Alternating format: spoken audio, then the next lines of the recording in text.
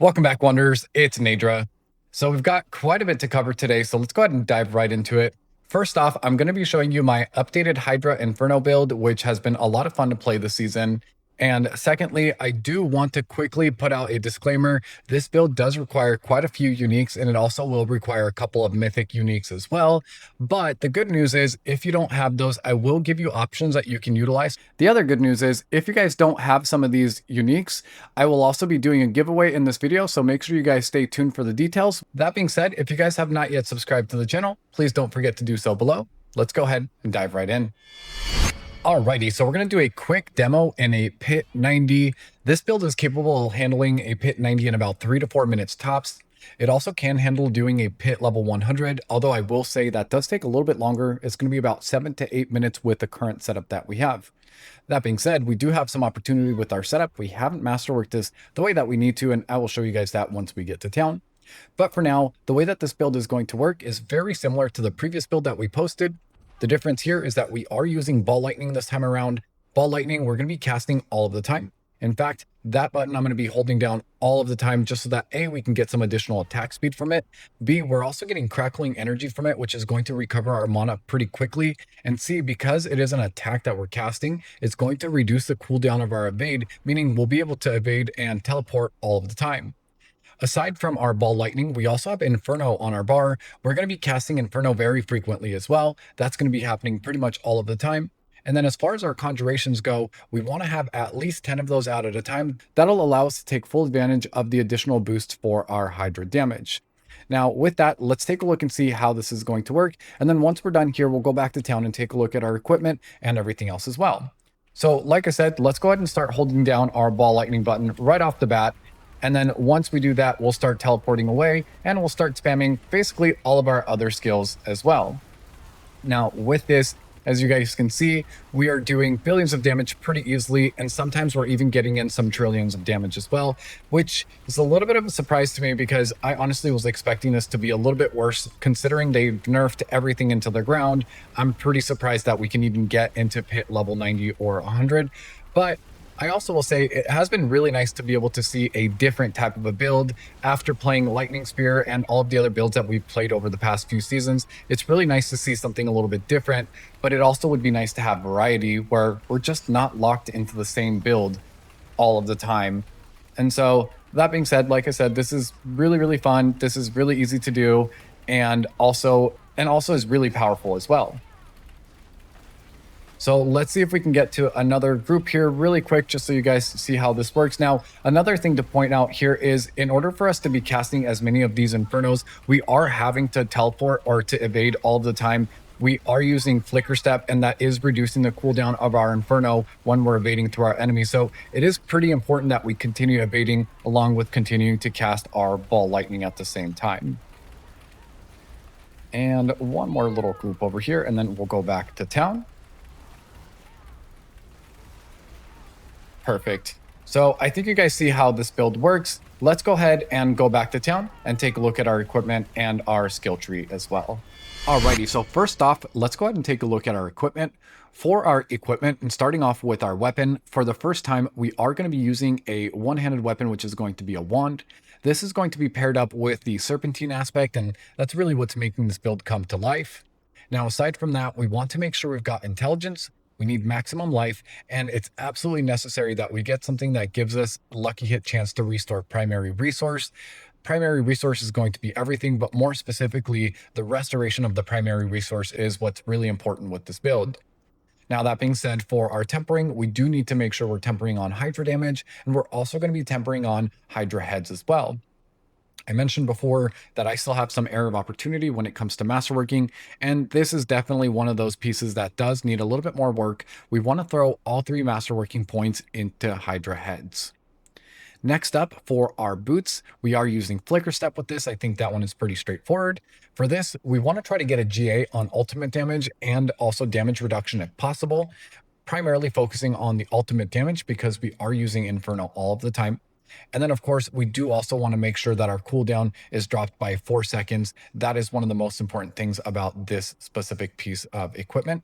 If you're finding that you're a little bit more squishy with this, which by the way, I don't have any issues with tankability with this build at all, you can always throw all 3 of those points into damage reduction to help you out with that a little bit. Next up for our pants, we are oddly using Axial Conduit with this, and really for no other reason besides the resource generation and also the maximum resource that we're getting from this. Because our Serpentine aspect does rely on the amount of mana that we have to boost the damage of our Hydra, this is the best way to go so that we can get the most amount of mana we can without really losing out on much of anything else. We want to throw all 3 points of our masterworking into resource generation and also our maximum resource here. Next up, for our gloves, we are using Fist of Fate with this. Now, it is nice that we are getting some attack speed and critical strike chance, even if it's not that much. But really, the main thing that we're looking at here is the additional lucky hit chance we get. This pairs up really nicely with the lucky hit chance to restore our primary resource down here. This is going to give us over 100% lucky hit chance, meaning we always have a 15% chance of restoring our primary resource. And when it comes to masterworking this, we want to throw 2 points of masterwork into lucky hit chance, or at least enough to get us to that 100% mark. And then everything else after that, we're going to be throwing into critical strike chance. Next up for our chest armor, we are going to be using Shroud of False Death with this build. Really, we want to try to get a GA on all stats. That's going to be the most important one. The reason we're using Shroud of False Death, aside from the all stats though, is we are getting a significant boost to our damage and basically everything thanks to the +1 to all passives that we're getting from this guy. So really, really strong. If you guys don't have a Shroud of False Death, you can use a couple of other things. Raiment would give you quite a bit of damage output, but then would make you a little bit squishy. So my recommendation, if you don't have a Shroud of False Death, is to use a legendary armor, one that's got intelligence, armor, and resistance to all elements. And then you're going to temper on total armor and barrier generation. And then you're going to throw all 3 of your masterworking points into either armor or resistances, depending on which one you need the most. Next up, we've got our helmet. We are using the Harlequin Crest or Shaco with this build. It is just really, really helpful. We're getting maximum resource, which we need. B, we're getting a lot of armor with this as well, which is really helpful. But the most important part here is going to be the cooldown reduction. That paired up with the Flicker Step is what's going to allow us to teleport as frequently as we can and to use our skills as frequently as we can as well. Now, when we look at masterworking this guy, we're going to throw all 3 points into cooldown reduction if possible. Now, if you guys don't have a Shaco, we can still make this build work without it. However, you're probably going to be teleporting a little bit slower and you're not going to be doing quite as much damage, but it is still going to be effective in helping you get your Shaco and make sure that you're getting the equipment that you need. And so for a replacement for Shaco, we're going to use something like this down here. We want to have maximum life or intelligence would be fine. We need to have armor on this because we are losing quite a bit of armor when we lose our Shaco. And the other most important thing is going to be our cooldown reduction. We absolutely need to have something that's got a good amount of cooldown reduction where our masterworking points are all going to go into cooldown reduction as well. Tempering, we're going to get total armor, and we're also going to get lucky hit chance. If you have your Fist of Fate that have 100% lucky hit chance, you can replace that temper with the barrier generation instead. Now, this guy will need to use a Snow Veiled aspect. That's going to be really helpful, especially because we are using ice armor all the time. Next up for our amulet, we are going to be using the Ophidian Iris, and I think that one is pretty straightforward. This guy is going to need to have a GA on Primordial Binding if you can get it. If not, it'll still work. It's just not going to be as strong. And then, of course, for our masterworking, we're going to throw all 3 of our masterworking points into Primordial Binding as well. For our first ring, we are using the Ring of Starless Skies, mostly because we are getting some core skills from here, and we are also getting some good primary resource regeneration from this, plus we are also getting some additional damage output, which is going to be super helpful.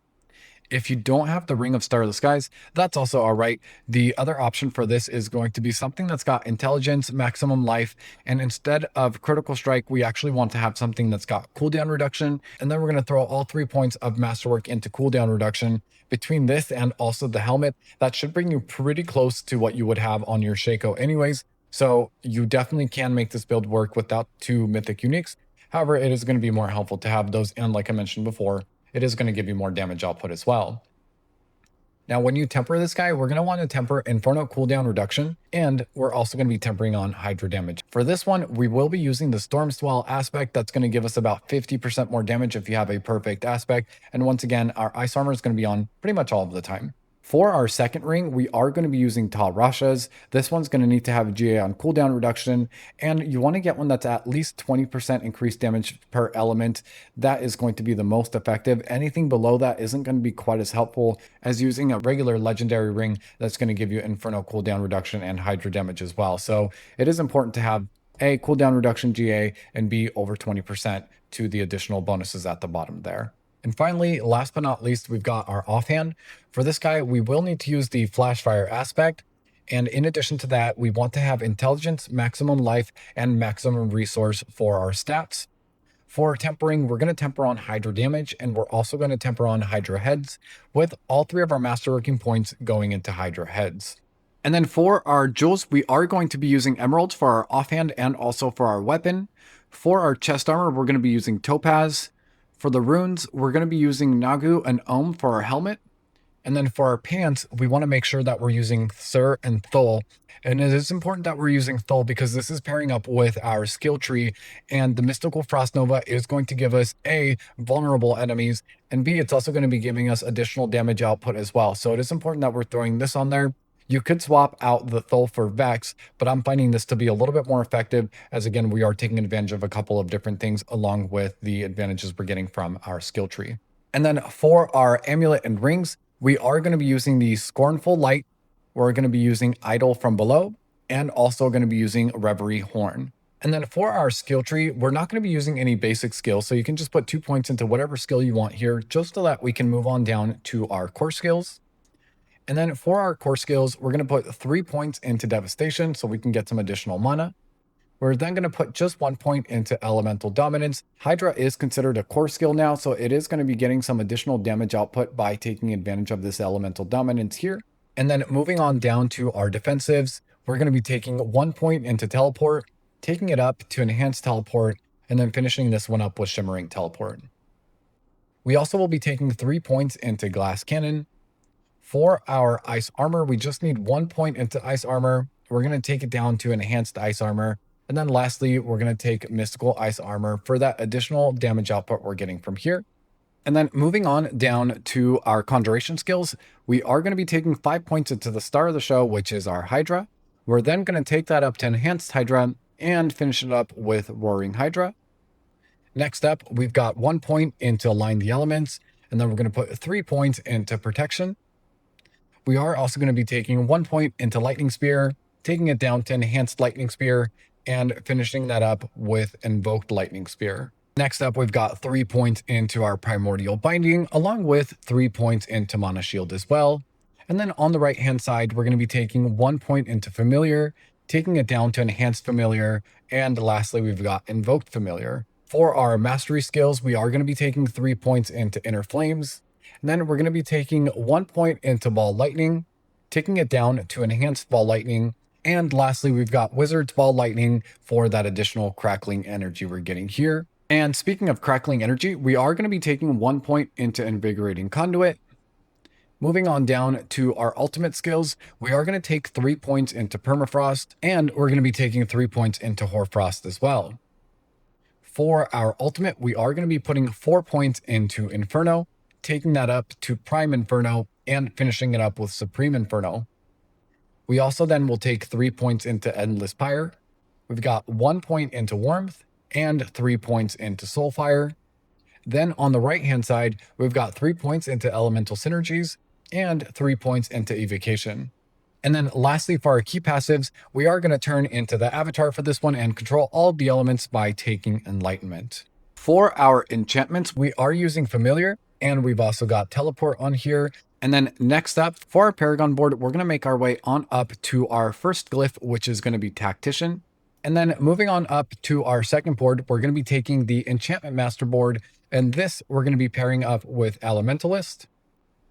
We'll then move on over to the left where we'll grab our third board, and this one's going to be Fundamental Release, pairing up with the Pyromaniac glyph. Moving on down to our fourth board, we're going to be taking the Steering Heat board, and this one we're going to want to pair up with Destruction. Now, as I always mention, if you guys are not at the level that I'm currently at, we just want to get enough dexterity around this just so that we can activate the glyph. So basically, we just want to grab the 25 dexterity around us to activate this. And then once you guys have all 5 boards, then we'll come back to this and we'll grab the surrounding nodes to maximize on the total amount of critical strike damage that we can do. And then moving on to our 5th and final board, this one's going to be the Elemental Summoner board. And this one, we're going to be pairing up with the Conjurer glyph. Now, taking a look at our Horadric Spellcraft, yes, we're going to be taking the Smoldering Ember for our infusion. And then for our Arcana, we're going to be taking Tranquil Stone. We also will be taking Fractured Core, and we're going to be taking Bloody Charm. Now, if you're using this mainly for hordes or for things like Helltides, basically outside of the pit or outside of content that's going to require more damage, you can replace the Fractured Core Arcana for the Reactive Ooze, which is going to give you more maximum resource generation. This is going to be more helpful against bigger crowds all of the time. However, if you're going in a pit, or especially a higher level pit, the Fractured Core is going to be a little bit more helpful for you. And for our catalyst, we are going to be using the Cosmic Anomaly. Really, the purpose of this is just so that it counts as additional summonings or as additional conjurations, allowing us to basically have up to 5 anomalies at a time. And then when we shoot out our Lightning Spear along with our Hydra and also our Familiar, that makes it pretty easy to be at 10 conjurations at all times. For our Mercenary, we are going to be using Subo, and he's going to be using Wire Trap, taking that down to Piercing Arrows. We've got Cover Fire, and then finally Opening Fire as well. And then for our reinforcement, we are using Varyana. Varyana is going to be using Bloodthirst, and this is going to be triggering whenever we cast Inferno. And as I mentioned at the beginning, I will be doing a giveaway. The giveaway specifically is for the unique items that you guys may not have. Let's go ahead and take a look and see exactly what is available. Alrighty, so for our unique giveaway, this is what we have available right now. So if you guys don't have an Ophidian Iris, I do have quite a few. In fact, I have 16 that I'll be giving away. So if you guys need an Ophidian Iris, all you need to do for these guys is A, you do need to be subscribed to the channel, and then B, leave a comment below. If you guys need the Ophidian Iris, you'll just need to put Ophidian Iris please, and then I will contact you. Only the first 16 people will be able to get this. I will continue doing some additional runs to get more. So as I continue to get more, if you guys have left a comment, I'll circle back and I'll also give you guys one as well. And then I also have a couple of flicker steps as well that I will be giving away. Same idea here, be subscribed and just leave a comment below saying flicker step please, and I'll go ahead and get one of those to you guys. And then lastly, I also have a Tal Rashas and also Fist of Fate to be giving away as well. I will continue to collect these, and as I do, I will be responding to the comments I receive. If you guys need it, I will go ahead and give those away for free. The other thing I'll be doing is I also have some extra boss materials to give away as well. The first 10 people to leave boss mats please in the comments below and be subscribed will receive 1 full stack of the Betrayer husks here. With that being said, I hope this helps you guys out, and I hope you guys enjoy this. Let me know what you guys think about the giveaway in the comments below as well. That's all I've got for you guys for today. Thank you guys so much for joining me and watching this video. Please don't forget to like, subscribe, and comment below. Until next time, Wanderers.